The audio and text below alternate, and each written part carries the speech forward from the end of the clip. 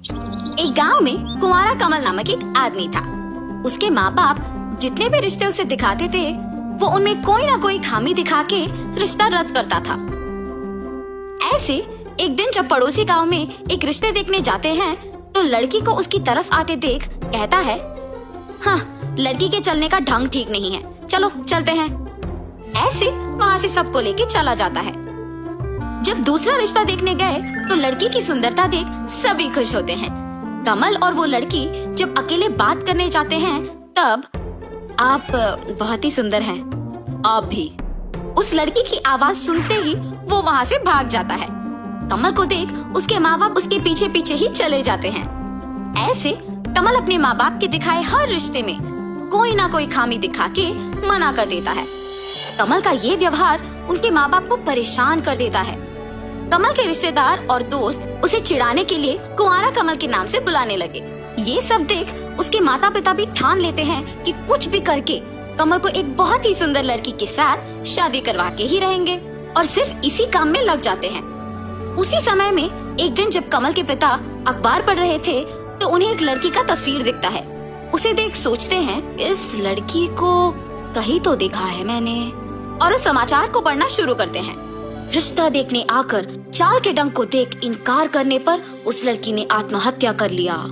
हाय राम, कहीं ये मेरे बेटे के वजह से तो नहीं हुआ।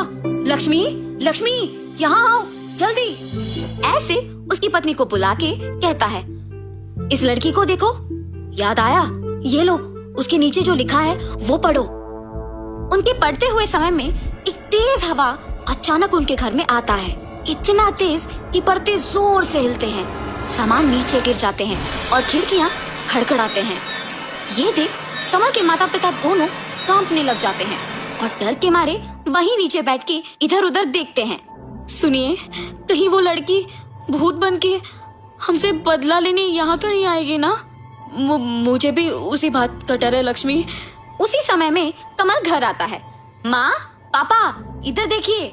ऐसे कह के गले में हार पहने शादी करके एक लड़की के साथ आता है। दिखने में तो वो लड़की बहुत सुंदर और सुशील थी और तुरंत अपने सास ससुर को पसंद आती है, मगर पहले से ही डरे हुए उसके माँ बाप बहू को अंदर भिजवा के अखबार में देखी सारी समाचार कमल को भी दिखा के जो कुछ भी हुआ उसे समझाते हैं।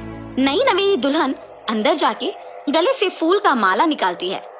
जब अपने आप को आईने में देखती है तो एक डरावना भूत का चेहरा होता है। हा हा हा, जिस लड़के को मैंने चाहा और जिसने मुझे मेरे चलने के ढंग देख इनकार किया, उसी से मैंने खुद शादी के लिए पूछने पर मजबूर किया। अब जो मैं इस घर में बहू बनकर आई हूँ, सबको सबक सिखाऊंगी। जब तक मैं इनसे बदला ना लूं, तब तक मेरी आत्मा यही इनके साथ रहेगी। हाँ। ऐसे फैसला करके तब से किसी को दिखे बिना आत्मा के रूप में उस बहू के देह में घुसकर सबको डराना शुरू करती है। कमल के पिता जब अखबार पढ़ रहे थे तो उस अखबार के पेजों को तेजी से उड़ाना। कमल जब पानी पीने के लिए ग्लास लेने जाता है तो उसे दूर करना ताकि वो उसे पहुंच ना सके। कमल की माँ जब एक फूल का माला लगाती है तो उसे एक हड्डियों का माला बना देना। कमल के पिता जब अपने बाल को कंघी करते हैं तो उनके हाथों से ही उस कंघी से उनके सिर पर मारना। कमल की नींद को खराब करने उसके बगल वाले मेज पे सांप और मेंढकों को छोड़ देना। ऐसे हर रोज कुछ ना कुछ करती थी। कमल के परिवार को कुछ नहीं समझ आने पर पागल हो जाते थे।